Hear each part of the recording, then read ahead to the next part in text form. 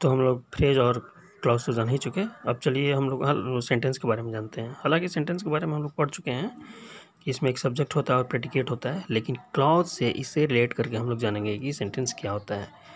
तो a sentence has at least one clause, यानी कि सेंटेंस में कम से कम एक क्लॉज होता ही होता है।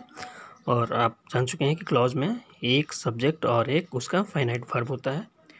Next point, if a sentence has more than one clause, each clause has its own subject and finite verb.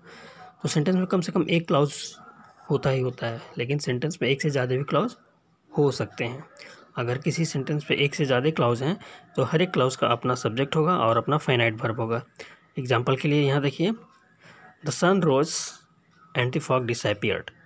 इसमें द सन रोज एक क्लॉज हो गया और द फॉग डिसअपीयर्ड दूसरा क्लॉज हो गया। क्लॉज 1 का देखिए सब्जेक्ट है सन और फाइनाइट वर्ब हो गया रोज। क्लॉज 2 का सब्जेक्ट है फॉग और फाइनाइट वर्ब हो गया डिसअपीयर्ड।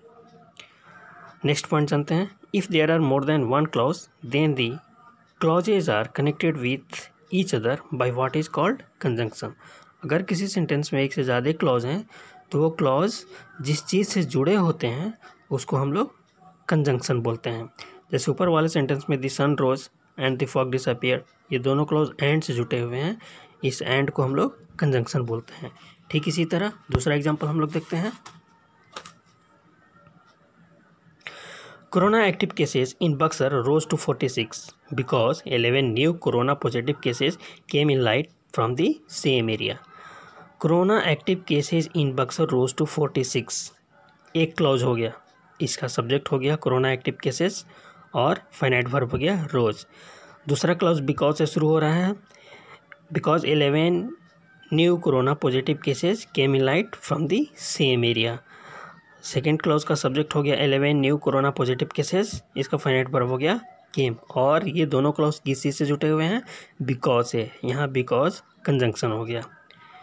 नेक्स्ट एग्जांपल देखिए, I watch art movies but my sister watches action movies. First clause हो गया आई वॉच आर्ट मूवीज़, इसका सब्जेक्ट हो गया आई, फाइनाइट वर्ब हो गया वॉच।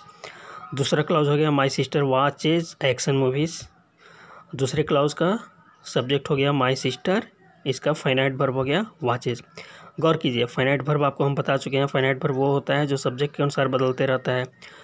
पहले क्लॉज में देखिए आई वॉच आर्ट मूवीज़, ये सेंटेंस प्रेजेंट इंडेफिनिट का है, तो यहाँ जो वॉच है वो सब्जेक्ट के अनुसार यानी कि आई के अनुसार हुआ है, इसमें एस या एस नहीं लगा हुआ है। जबकि सेकेंड क्लॉज में वॉचेज हो गया, क्योंकि वॉच माई सिस्टर जो सेकेंड क्लॉज का सब्जेक्ट है माई सिस्टर, ये थर्ड पर्सन और सिंगुलर है, इसलिए थर्ड पर्सन सिंगुलर के साथ प्रेजेंट इंडेफिनिट में V1 में एस या ES लगाते हैं।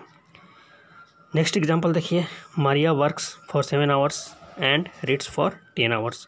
फर्स्ट क्लॉज हो गया मारिया वर्क्स फॉर 7 आवर्स और दूसरा क्लॉज हो गया रीड्स फॉर 10 आवर्स। एक बात गौर कीजिएगा, एंड के बाद जो क्लॉज आया हुआ है उसमें सब्जेक्ट आपको दिख नहीं रहा है, क्योंकि जब किसी सेंटेंस में दो क्लॉज होते हैं और दो क्लॉज का सब्जेक्ट एक ही होता है तो दूसरे क्लॉज में उस सब्जेक्ट को अक्सर हटा दिया जाता है।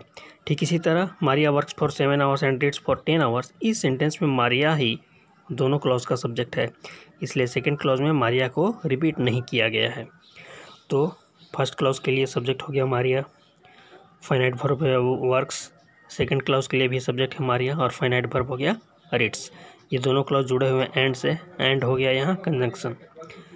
नेक्स्ट एग्जांपल देखिए,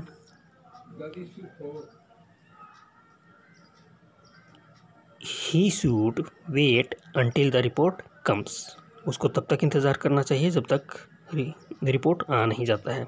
फर्स्ट क्लॉज हो गया he should wait, second clause हो गया द रिपोर्ट कम्स, और ये दोनों क्लॉज किसी से जुटे हुए हैं, अंटिल से, अंटिल यहाँ कंजंक्शन हो गया।